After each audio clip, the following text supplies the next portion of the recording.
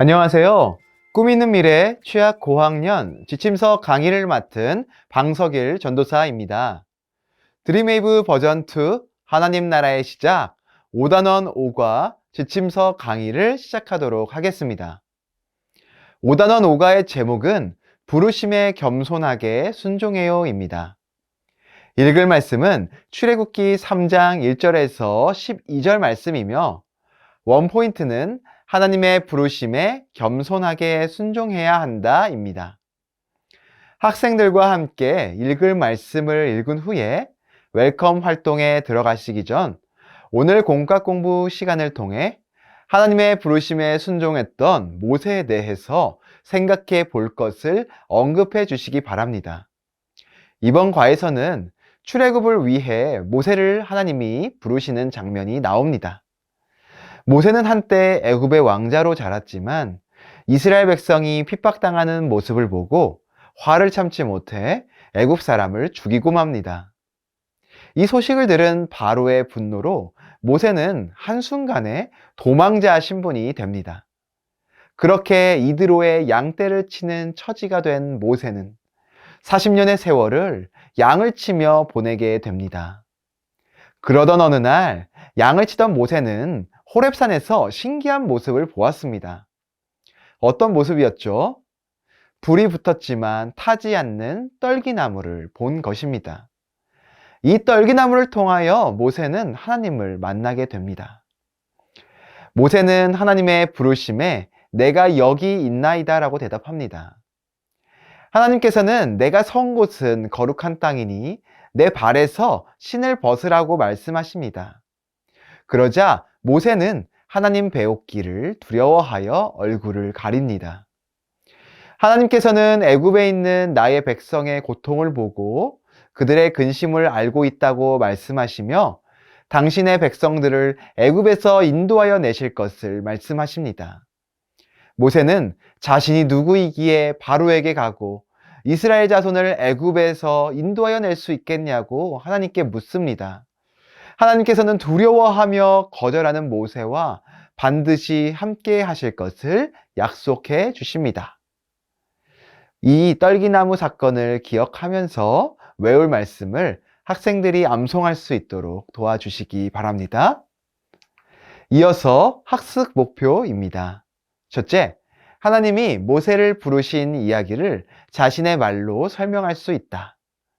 둘째, 하나님의 부르심에 겸손하게 순종하는 고백을 나눌 수 있다. 셋째, 하나님의 부르심에 겸손하게 순종하기 위한 행동을 실천한다. 이 세 가지 학습 목표를 기억하시고 공과 공부를 진행해 주시면 되겠습니다. 그럼 이제 본격적으로 웰컴 활동으로 넘어가 보도록 하겠습니다. 친구들과 공과를 진행하는 방식으로 설명을 드리도록 하겠습니다. 친구들, 오늘 웰컴의 제목은 하나님이 부르셨어요 네요. 우리 서기리 친구가 웰컴 활동의 질문을 읽어봐 주세요.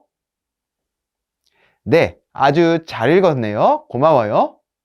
우리 친구들, 오늘 활동에서는 불꽃 그림이 보이죠? 불꽃 그림 속 미로를 빠져나가다 보면 곳곳에 글자가 배치되어 있어요. 그 글자로 문장을 완성해 볼 건데 그 문장은 하나님이 모세를 부르실 때 하신 말씀이에요. 이렇게 우리 다 같이 하나님께서 모세를 부르실 때 어떤 말씀을 하셨는지 웰컴 활동을 통해서 확인해 보도록 하겠습니다. 그럼 우리 출발점에서부터 시작해서 내, 발, 그리고 에, 서 이런 식으로 끝까지 도착점까지 가보도록 하겠습니다. 이렇게 학생들에게 직접 해볼 수 있는 시간을 주신 후에 그러면은 오늘 하나님께서 모세를 부르실 때 무슨 말씀 하셨는지 한번 우리 지민이 친구가 얘기해 볼래요? 네, 아주 잘 이야기해 주었습니다. 그럼 우리 어드벤처로 넘어가서 조금 더 자세하게 이 내용에 대해서 살펴보도록 해요. 먼저 오늘 본문 말씀을 기억하며 모세의 두 가지 프로필을 완성해 보도록 하겠습니다. 모세는 한때 애굽의 왕자였지만 바로의 분노를 피해 도망자 신세가 되어 광야에서 양을 치는 목자가 됩니다. 이 두 가지 프로필, 모세의 서로 다른 두 가지 프로필을 우리 친구들이 한번 완성해 보도록 할게요.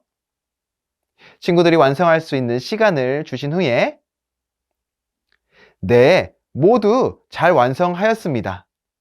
모세는 한때 애굽의 왕자였지만 지금은 광야에서 양을 치는 목자가 되었습니다. 그런데 하나님께서는 애굽의 왕자였을 때가 아니라 광야에서 나이도 많이 들고 힘도 많이 빠진 어떻게 보면 볼품없는 목자였던 모세에게 직접 찾아오십니다. 우리 밸류 활동으로 가서 조금 더 자세히 확인해 보도록 하겠습니다.